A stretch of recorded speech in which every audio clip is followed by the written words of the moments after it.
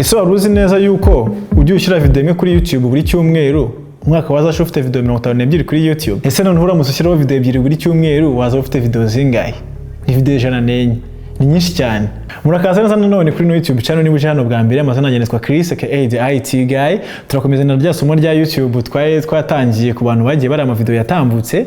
Uyu munsi rero tugiye gukomeza n'intego wakiha cyangwa se goals wakiha kugira ngo ube successful kuri YouTube, kandi ntago ari goals zirenze cyangwa se zigoye, ni ibintu byoroshye cyane duhura nabyo mu buzima bwa buri munsi. Ese ugira ngo izo goals ni izihe?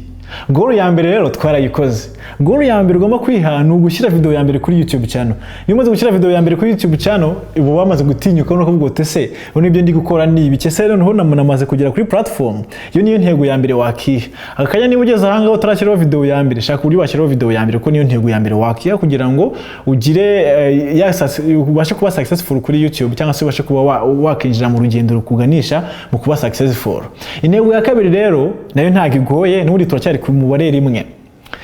Intego ya kabiri ni gukora video imwe buri cyumweru. Niba ukora video imwe buri cyumweru nkuko natangiye mbivuga, ushobora kugira umwaka ufite video 52 kuri YouTube channel. None mu gihe cy'ukwezi ushobora kuba ufite video enye. Si ngombwa ujya kwiruga wivuna, ushobora gufata video ukaba warashyizeho wenda calendar cyangwa se warafashe wenda schedule cyangwa se warafashe ingenga bihe yawe ukayishyiraho kuzagishyiraho video imwe buri cyumweru.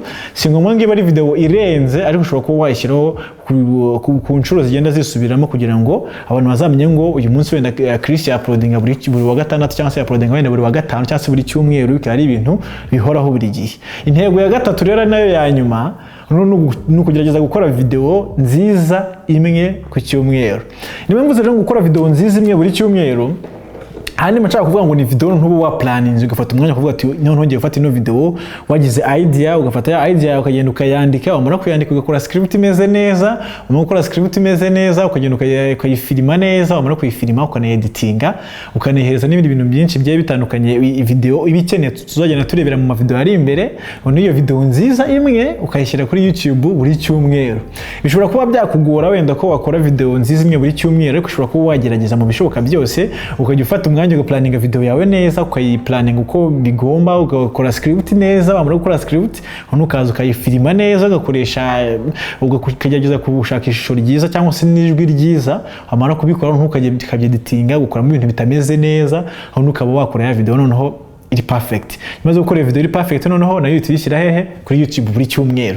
Izo ntego uramutse uzigenda ukoresha rwose ndakubwiza ukuri uzabigerageza uzambwira. Ngiye ibyo nikubwira nanjye nagiye mbigerageza kuri channel yanjye bigenda bikora neza. So nawe rero wagenda ukabigerageza kugira ngo urebe niba nawe bizagukorera, ariko ndaguha icyizere cyo ko bizakunda.